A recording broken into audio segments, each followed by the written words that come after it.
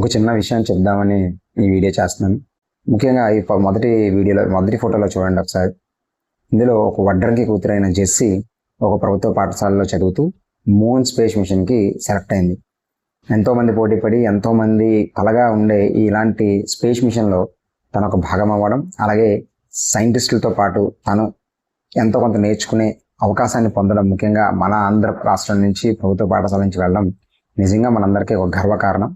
మరి ఇది సంతోషించిన విషయం కదా. మరి బాధాకరమైన విషయం ఏంటంటే ఇందులో శివాని 2 రోజుల ముందు పేరెంట్ టీచర్ మీటింగ్లో చంద్రబాబు నాయుడు గారితో సభని పంచుకున్న ఈ పాప ఈరోజు ఆత్మహత్య చేసుకుంది. గిరిజన ప్రాంతానికి చెందిన తిను ఆత్మహత్య చేసుకునేంత బాధని ఈ వయసులో ఏం వచ్చింది పూర్తి వివరాలు అయితే తెలియదు, కానీ ఒక లెటర్ రాసి అమ్మ మీ కళలను నెరవేర్చలేకపోతున్నాను, అన్నయ్య బాగా చదువు అని చెప్పేసి తను చనిపోవడం జరిగింది.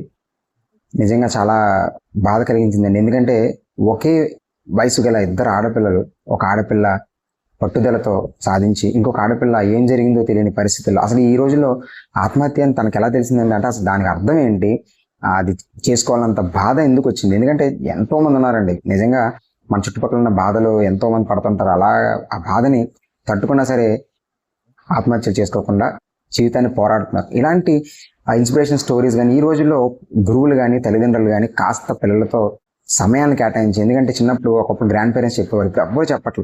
ధైర్యం తెచ్చే కథల్ని చెప్పండి, ధైర్యం తెచ్చే కథల్ని చూపించండి. ఇప్పుడు అంతా వెబ్ సిరీస్లు, సెల్ ఫోన్లు, ప్రభావం వల్ల పిల్లలకి ఏం మైండ్లోకి వెళ్తుంది? అసలు తనకి ఆత్మహత్య చేసుకోవాలన్నంత బాధ ఉన్నా అది చేసుకోవాల్సిన ఆలోచన ఎందుకు వచ్చింది? అది కారణం నిజంగా మన సమాజం, మనం మీడియాని నేనైతే చెప్పడానికి సంకోచించట్లేదు. ఎందుకంటే ఇలాంటివి ముందు జరగకుండా ముఖ్యంగా ఆడపిల్లలు గల తల్లిదండ్రులు పిల్లలతో, మగపిల్లైనా ఆడపిల్లలైనా తల్లిదండ్రులు పిల్లలతో సమయాన్ని కేటాయించండి.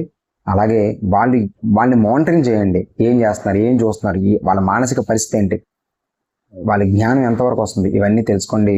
స్కూల్ కూడా ఆ విధంగా తోడ్పడాలని, ప్రభుత్వం కూడా అలాంటి కార్యక్రమాలు, పిల్లలకి ఎక్కువ కార్యక్రమాలు పెట్టండి, యాక్టివిటీగా ఉండే కార్యక్రమాలు పెట్టండి. ఇలాంటి యాక్టివిటీస్ వచ్చే విధంగా స్ట్రిక్ట్ రూల్స్ తీసుకురండి. కాబట్టి పిల్లలు మీకు అదే చెప్తున్నా, ఇలాంటివి ఎప్పుడు ఎవరు చేయొద్దు. ఓకే, లైఫ్లో ముందుకి స్ట్రాంగ్గా వెళ్ళండి. Thank you.